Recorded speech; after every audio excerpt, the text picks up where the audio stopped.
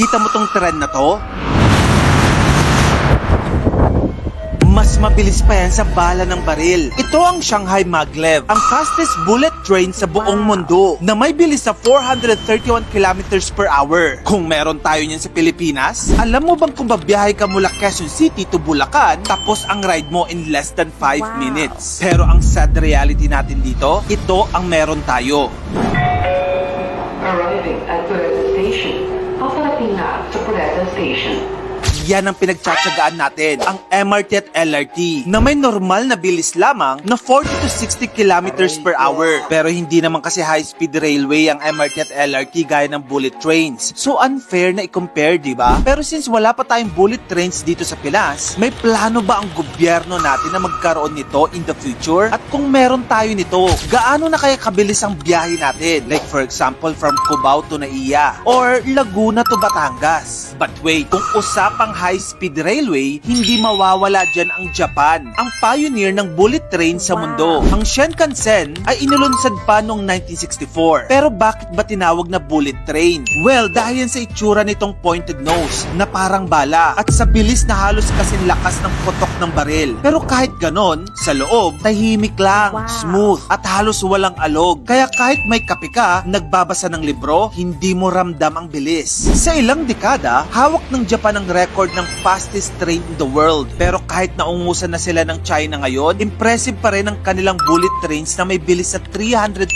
kilometers per hour. Kung babiyahe ka from Tokyo papuntang Osaka, na halos kasing layo ng Manila hanggang Baguio, 2 hours and 15 minutes lang. Dito sa atin, 5 hours. Tapos may stuck ka pa sa traffic sa EDSA, no? Pero kung speed at scale ang usapan, China na ang bagong hari ngayon. Meron silang 45,000 kilometer ng high-speed rail. Pinakamahaba sa buong mundo. Sa Pilipinas, naku, less than 500 kilometers lang. Doon sa China, hindi lang mahabang railway nila. Pinakamabilis din sa mundo. Grabe, no? Ngayon, balik tayo sa reality dito sa Pilipinas. Dito sa atin, ang pinakakilalang riles ay MRT at LRT. Ang MRT-3 ay binuksan noong 1999. So more than 26 years old na. Ang LRT-1 naman, 1984 pa. 41 years old na silang tumatakbo. Hindi na ata bullet yan. Parang Kalabasa Express na sa bagal at kalumaan. Pero alam mo bang in the past few years, bumili tayo ng mga bagong tren. Ito ay gawa sa China at Japan. Kasi nga wala tayong sariling manufacturing. Ang capacity sa MRT-3 designed for 350,000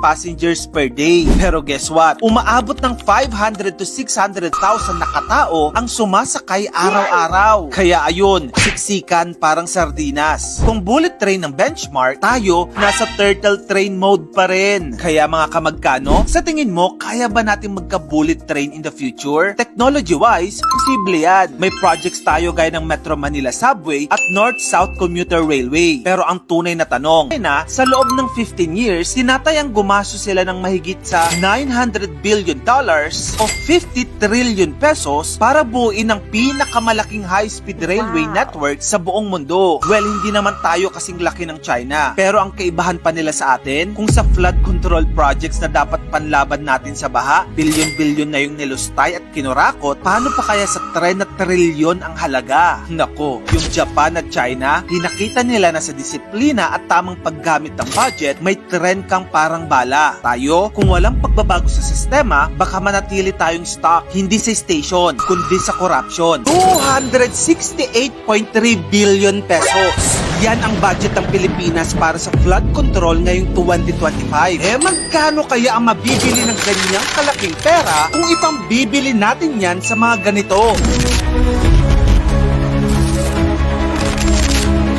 Naku, kumapit ka dahil mapapaput ka talaga. Unahin natin ang bigas, ang staple ng bawat Pinoy. Sa 268.3 billion pesos, alam mo bang makakabili ka na ng 5.36 billion na kilos of rice? At kung ipapakain mo yan sa buong 114 million na population ng Pilipinas, sapat na ito para mapakain tayong lahat sa loob ng kalahating taon ng walang putol. Imagine mo, ulam na lang ang hahanapin mo. Sunod naman, alam mo bang sa 268.3 billion pesos, makakabili ka na ng napakaraming luxury car na Range Rover. Alam mo kung ilang peraso? 53,660. At kada isa niyan, ang price tag ay 5 million pesos. Alam naman natin na ang Range Rover ay isa sa mga favorite na sasakyan ni Sara Diskaya, isa sa mga big time na contractors ng gobyerno. Aray ko. Ngayon, pagdating naman sa edukasyon, alam mo bang sa 268.3 billion pesos na budget sa flood control, mapapaaral na sa kolehiyo ang 1.67 million na estudyante. Take note, 4-year course pa yan ha. Naku, sayang talaga. Kasi ayon sa PSA 2020 census, 10.7 millions na Pinoy ang hindi uma-attend sa school. Sunod naman, ang Hermes bag. Yung mga bag na milyon ang presyo, karaniwan nakikita natin sa mga nepo babies at celebrities. Ang presyo ng mga yan, averaging to 1 million pesos kada isa. Yung iba mas mahal pa. Kung ipambibili mo ang 268.3 billion flood control budget, makakabili ka na ng 268,300 na Hermes bag. Yikes! At kung bibili naman tayo ng bahay at lupa, which is sabihin na natin nasa halagang 1 million pesos, may dissenting pabahay na sa 268.3 billion pesos, makakapagpatayo na sana ng 268,300 housing units. Malaking tulong na sana yan. Kasi alam mo bang may 4.5 million homeless Filipinos ayon sa UN data? Eh paano naman kung ipangbibili natin yan ng iPhone? Ilan kaya ang mabibili natin? Well, kung bibili tayo ng iPhone 16 Pro Max na ang presyohan ay nasa 70,000 pesos, makakabili ka na ng 3.8 million iPhones. Ibig sabihin, yung bawat estudyante sa buong NCR may bagong iPhone agad. Hindi lang yung mga nepo babies, no? Ang galing, ang galing. Grabe nga yun mga kamagkano. Kaya naman kapag bumaha ulit, tandaan nyo kung magkano ang nailaan at tanungin saan napunta ang 268.3 billion pesos. Trending ngayon ang issue about nepo babies na talagang walang hinto ang pangko-call out ng mga netizens sa mga katulad ni Claudine Ko. Kaya naman sabi ng iba, bakit hindi daw natin isama ang mga anak ni Leni Robredo? Wait, ano nga ba ulit yung definition ng nepo baby? Ang nepo baby, or short for nepotism baby, ibig sabihin anak ng sikat o mayaman na umangat hindi dahil sa sariling sipag, kundi dahil sa koneksyon ng pamilya. In short, parang may VIP pass sa buhay or shortcut sa success. So pasok ba sa definition na yan ang mga anak ni Leni? Tara, alamin natin. 3 ang mga anak ni Mayor Leni Robredo. Yan ay sina Aika, Trisha at Jillian. Ang panganay na si Aika ay nag-masters in public administration sa Harvard Kennedy School. Pero full scholarship. Ibig sabihin, 100% libre lahat. Covered lahat ng gasto sa tuition, housing, at living expenses. Take note, we're talking about Harvard, the most prestigious school in the world. Ang pangalawang anak naman ni Leni na si Trisha ay nag-MD MBA sa Ateneo after mamayapan ng kanyang ama na si Jessie Robredo. Ateneo granted her a scholarship. Yes, may help pa rin si Leni sa tuition. Pero si Trisha kasi merit awarded scholar based on performance. Ibig sabihin, na-maintain ni Trisha ang mataas na grado sa college kaya napanatiling niya ang pagiging scholar sa Ateneo. Ang bunsong anak naman ni Leni na si Jillian ay graduate ng New York University with a double major in economics at math. All